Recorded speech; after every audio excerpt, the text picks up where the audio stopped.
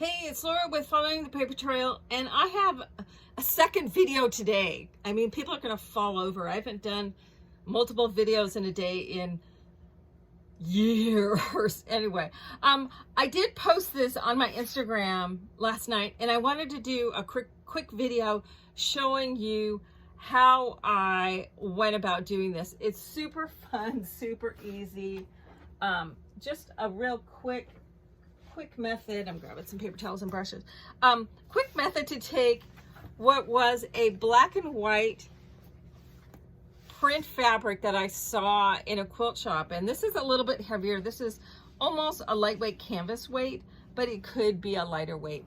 But I loved this fabric, but I just kept picturing it in whatever colors I wanted it to be. So I bought half a yard of it to play with, and now I have to go back and buy more because I'm so excited about it. And I had planned to try doing some watercolors on it, but before I tried the watercolors, I took a strip off of it and started experimenting with my, I don't know how to pronounce this, I'm gonna totally butcher it, Karen d'Arch. It's Neocolors. I'm using Neocolor 2. These are water soluble crayons. These are absolutely one of my favorite products ever. I love these things. I use them all the time for mixed media stuff. They are awesome. This is like, I get as excited about using those as I used to get excited about having a new 64 box of Crayola crayons. But the beauty of these is they are Crayola. They are water soluble, so I can use them to paint on my fabric.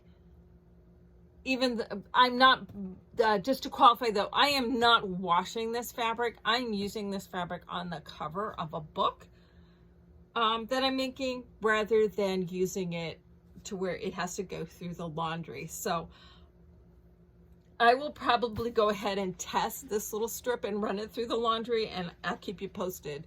I'll make a note in the notes section or the profile section of this video as soon as I run this through the laundry and see if it washes out. I suspect it'll wash out. But because I'm not using it on clothing or something that needs to go through a laundry process, I'm cool with it. But on each of the flowers, what I've done is I've colored the flowers with my water-soluble crayons, and then I take a brush with some water on it to help blend it in, and then I've just painted the background with just some black acrylic paint. So let me take one of these small little flowers and kind of show you how I've done that. And let's see, what kind of color do I want to make this little guy?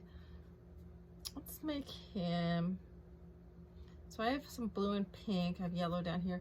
Let's kind of make him a little bit, maybe orange. So I'm gonna just take some colors and I'm just gonna lightly, just not color the whole thing in. I'll lift it up here in just a sec, because I want to put some shading in here as well, and I want it to kind of fade out towards the center. So I've just taken and put a little bit of orange on there.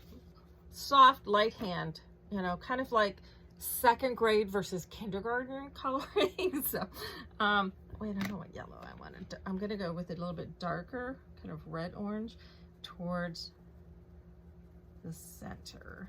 And then also, after I blend it, I can also then add more color. So there we go. And then I'm gonna take some water and my brush. So I get my brush wet, but I'm gonna take off most of the water so that it's wet, but not just past damp towards wet, but not soaking wet. Because if you put too much water on here, it will bleed. So then I'm just gonna start towards the center and just kind of blend it in. As I said, I scrape most of the water off, and I don't go super close to the edge with my wet brush. You kind of just, it'll kind of bleed out a little bit. You can maybe encourage it towards the edge, but you don't have to go super close to the edge. Now, this one where I don't have the background painted, you may be able to see how it will start to bleed. So I don't get super close to the edge. It's kind of like get close to the line without going over kind of thing. But you scrape most of the water off. Now, if it bleeds into the background, I don't get too worried about it, because if it bleeds into the background, I'm going to paint over it anyway. But see how it's blending in there nicely?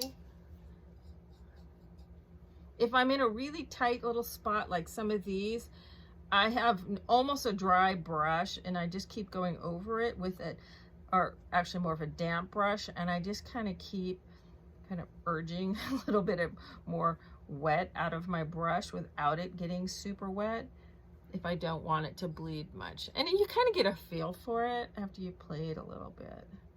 It is also going to depend on your fabric. A lighter weight fabric is going to probably bleed a little bit more. You see here, you can see how it's bled just a little bit there, but that's on the background, so it's not going to much matter. I've had some bleed here, like with these blue onto here. You can kind of cover it up. A little white helps. But you just kind of blend and kind of play with it a little bit. Now I want to put a center in this. Let's go for maybe a little dark brown in the center. I'm using my smaller brush for this one. Scrape most of the water off. Blend it in just a bit. And then you can take a heat tool, blow dryer, and dry it a little bit, because it will also lighten as it dries. It stays darker when it's wet, but it'll lighten as it dries. But totally fun to do, turning this, you know, black and white into this rainbow of color has been, it's like coloring in a coloring book. It's been just tons of fun to play with. So there you go. If you're looking for this actual fabric, Wildwood Creative is a brand new, super cool fabric store in downtown Renton, Washington, which is real close to me. And she has an online component. So if you want some of this fabric, it's by Moda, and you can make contact with them and order some. Let me see if I've got it on the salvage. It's probably on this one. It's, of course, probably doesn't have, it's illustrations. It's by Moda Fabrics, and it's called Illustrations. It's fun to play with. It's gonna make a really cool cover on a journal. So anyway, I just wanted to show you that. So hopefully you can find some black and white prints, grab your water soluble crayons, and have a little fun. Thanks a bunch.